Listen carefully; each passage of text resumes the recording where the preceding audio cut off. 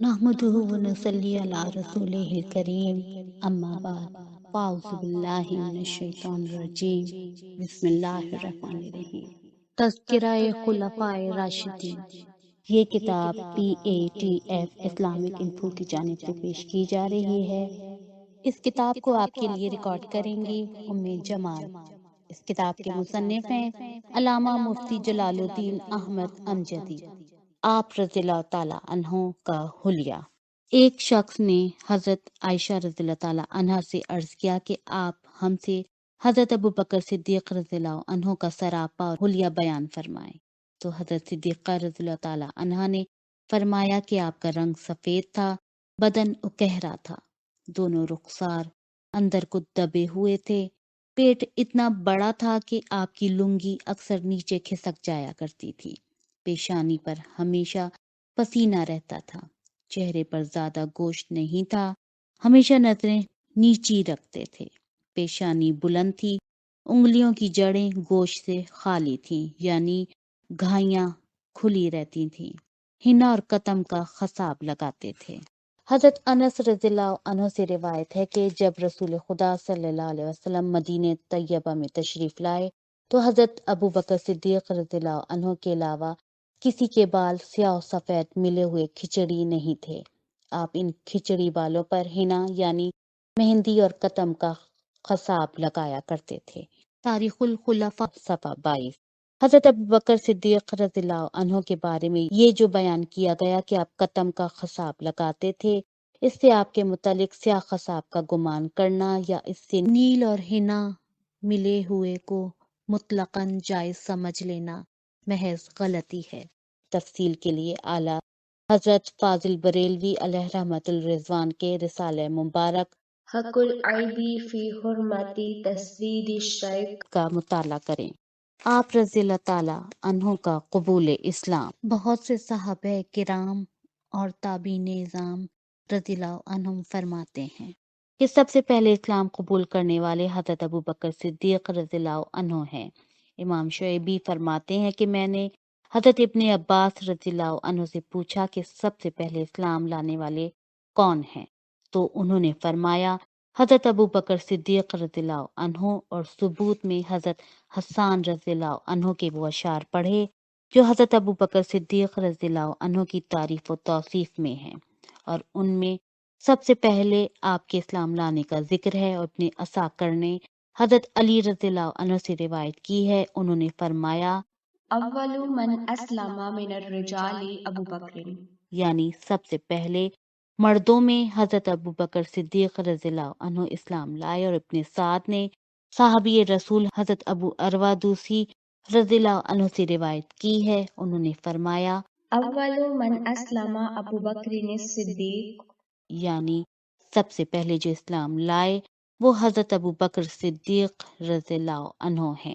یہاں تک کہ حضرت میمون بن مہران رضی اللہ عنہ سے جب دریافت کیا گیا کہ حضرت ابوبکر صدیق پہلے مسلمان ہوئے یا حضرت علی رضی اللہ عنہ، تو انہوں نے جواب میں فرمایا واللہ لقد آمن ابو بکر بالنبی صلی اللہ علیہ وسلم زمان بحیرہ راہب، یعنی قسم خدائے عز و جل کی کہ حضرت ابوبکر صدیق رضی اللہ عنہ بحیرہ راہب ہی کے زمانے میں نبی کریم صلی اللہ علیہ وسلم پر ایمان لا چکے تھے، جبکہ حضرت علی رضی اللہ عنہ پیدا بھی نہیں ہوئے تھے۔ تاریخ الخلفاء صفحہ 23۔ اور محمد بن اسحاق فرماتے ہیں کہ مجھ سے محمد بن عبد الرحمن نے بیان کیا کہ رسول خدا صلی اللہ علیہ وسلم نے بیان فرمایا کہ جب میں نے کسی کو بھی اسلام کی دعوت دی تو اس کو تردد ہوا، علاوہ ابو بکر کے کہ جب میں نے ان پر اسلام پیش کیا تو انہوں نے بغیر تردد کے اسلام قبول کر لیا۔ امام بہقی فرماتے ہیں کہ حضرت ابوبکر صدیق کے سابق الاسلام ہونے کا سبب یہ ہے کہ آپ نبوت اور رسالت کی نشانیاں قبل از اسلام ہی معلوم کر چکے تھے، اس لیے جب ان کو اسلام کی دعوت دی گئی تو انہوں نے فوراً اسلام قبول کر لیا۔ اور بعض محدثین یوں فرماتے ہیں کہ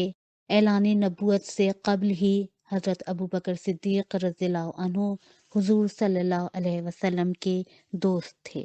اور آپ کے اخلاق کی عمدگی، عادات کی پاکیزگی اور آپ کی سچائی و دیانتداری پر یقین کامل رکھتے تھے۔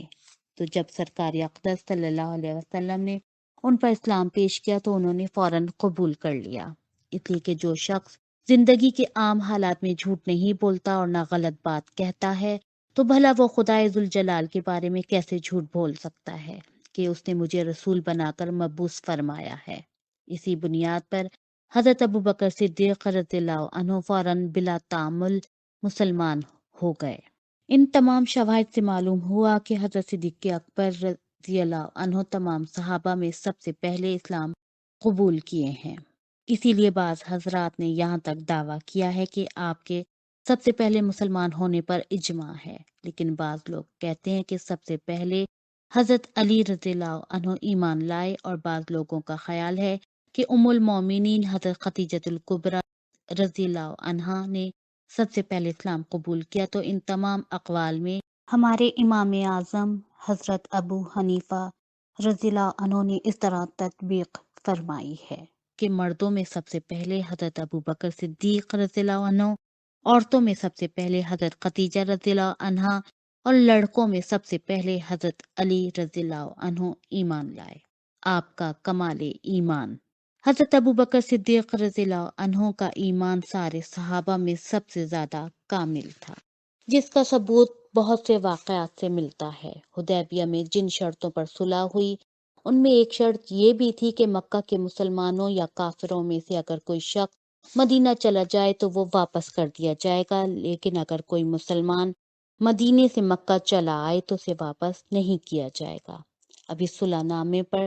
طرفین کے دستخط نہیں ہوئے تھے کہ ابو جندل رضی اللہ عنہ جو مسلمان ہو چکے تھے مکہ معظمہ سے گرتے پڑتے اور اپنی بیڑیاں گھسیٹتے ہوئے حدیبیہ کے مقام پر مسلمانوں کے درمیان آ گئے۔ سہیل بن عمر جو ابو جندل رضی اللہ عنہ کا باپ تھا، کفار مکہ کی طرف سے صلح کی گفتگو کرنے کے لیے حدیبیہ آیا ہوا تھا۔ جب اس نے اپنے بیٹے کو دیکھا تو کہا کہ ابو جندل کو آپ میری طرف واپس کر دیں۔ حضور صلی اللہ علیہ وسلم نے فرمایا کہ ابھی تو صلح نامے پر فریقین کے دستخط ہی نہیں ہوئے ہیں، لہٰذا یہ معاہدہ تمہارے اور ہمارے دستخط ہو جانے کے بعد ہی نافذ ہوگا۔ اس نے کہا تو جائیں، ہم آپ سے صلح نہیں کریں گے۔ حضور صلی اللہ علیہ وسلم نے فرمایا، اے سہیل، ابو جندل کو میرے پاس رہنے کی تم اپنی طرف سے اجازت دے دو۔ اس نے کہا، میں اس بات کی ہرگز اجازت نہیں دے سکتا۔ جب حضرت ابو جندل رضی اللہ عنہ نے دیکھا کہ اب میں پھر مکہ لوٹا دیا جاؤں گا تو انہوں نے صحابہ کرام رضوان اللہ علیہم اجمعین سے فریاد کی اور کہا، اے مسلمانوں، دیکھو میں کافروں کی طرف لوٹایا جا رہا ہوں، حالانکہ میں مسلمان ہو چکا ہوں اور آپ لوگوں کے پاس آ گیا ہوں۔ اور حضرت ابو جندل رضی اللہ عنہ کے بدن پر کافروں کی مار کے جو نشانات تھے، آپ مسلمانوں کو وہ نشانات دکھا دکھا کر رونے لگے تو مسلمانوں کو بڑا جوش پیدا ہوا، یہاں تک کہ حضرت عمر رضی اللہ عنہ اللہ کے محبوب دانائے خفایہ غیوب جناب احمد مشتبہ محمد مصطفیٰ صلی اللہ علیہ وسلم کی بارگاہ میں پہنچ گئے اور عرض کیا، کیا آپ اللہ کے سچے رسول نہیں ہیں؟ ارشاد فرمایا، کیوں نہیں، یعنی ہاں میں اللہ کا سچا رسول ہوں۔ پھر حضرت عمر رضی اللہ عنہ نے عرض کیا، کیا ہم حق پر اور کفار باطل پر نہیں ہیں؟ حضور صلی اللہ علیہ وسلم نے فرمایا، کیوں نہیں، یعنی بے شک ہم حق پر ہیں اور کفار باطل پر ہیں۔ اس جواب پر حضرت عمر رضی اللہ عنہ نے کہا، تو پھر ہم دین کے معاملے میں دب کر کیوں صلح کریں؟ حضور صلی اللہ علیہ وسلم نے فرمایا، اے عمر، بے شک میں اللہ کا رسول صلی اللہ علیہ وسلم ہوں، میں اس کی نافرمانی کبھی نہیں کر سکتا اور میرا مددگار وہی ہے۔ پھر حضرت عمر رضی اللہ عنہ نے کہا، کیا آپ یہ نہیں فرمایا کرتے تھے کہ ہم بیت اللہ شریف کا طواف کریں گے؟ حضور صلی اللہ علیہ وسلم نے فرمایا، ٹھیک ہے،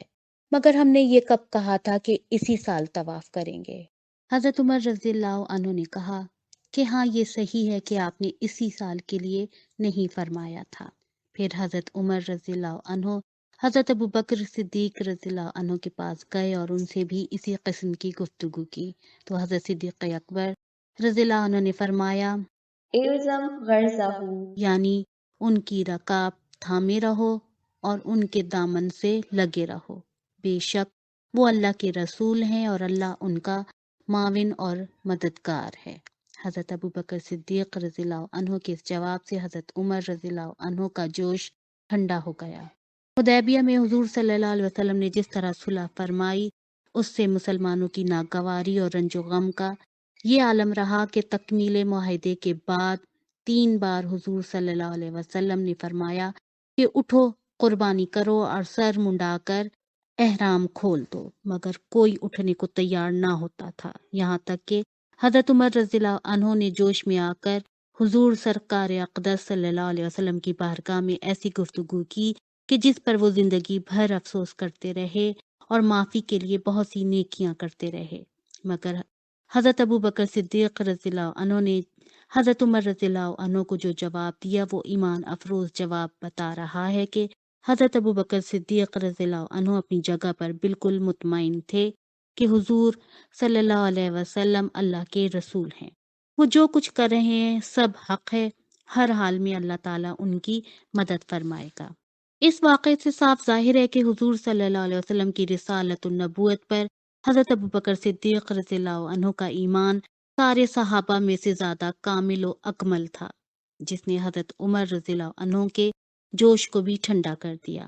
اور شب معراج کی صبح بہت سے مشرکین ابو بکر صدیق رضی اللہ عنہ کے پاس آئے اور کہا کہ آپ کو کچھ خبر ہے؟ آپ کے دوست محمد صلی اللہ علیہ وسلم کہہ رہے ہیں کہ انہیں رات کو بیت المقدس اور آسمان وغیرہ کی سیر کرائی گئی ہے۔ آپ نے کہا،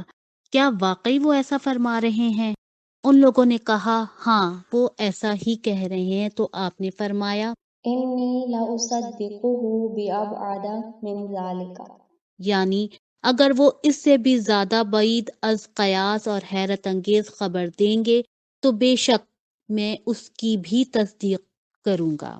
اور غزوہ بدر میں آپ کے صاحبزادے حضرت عبد الرحمن کفار مکہ کے ساتھ تھے۔ اسلام قبول کرنے کے بعد انہوں نے اپنے والد حضرت ابو بکر صدیق رضی اللہ عنہ سے کہا کہ آپ جنگ بدر میں کئی بار میری زد میں آئے، لیکن میں نے آپ سے صرف نظر کی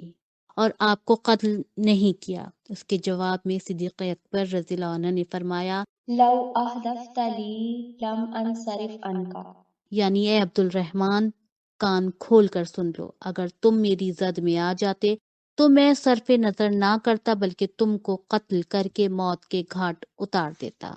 ان واقعات سے بھی واضح طور پر معلوم ہوا کہ حضرت صدیق اکبر رضی اللہ عنہ کا ایمان سارے صحابہ میں سب سے زیادہ کامل تھا، بلکہ درجہ کمال کی انتہا کو پہنچا ہوا تھا، یہاں تک کہ امام بہقی نے شعب الایمان میں حضرت عمر فاروق رضی اللہ عنہ کا یہ قول نقل کیا ہے کہ پورے زمین کے مسلمانوں کا ایمان اور حضرت ابو بکر صدیق رضی اللہ عنہ کا ایمان اگر وزن کیا جائے تو حضرت صدیق اکبر رضی اللہ عنہ کے ایمان کا پلہ بھاری ہوگا۔ آپ دیکھ رہے ہیں PATF Islamic info YouTube channel. مزید اسلامک ویڈیوز کے لیے ہمارا چینل سبسکرائب کریں۔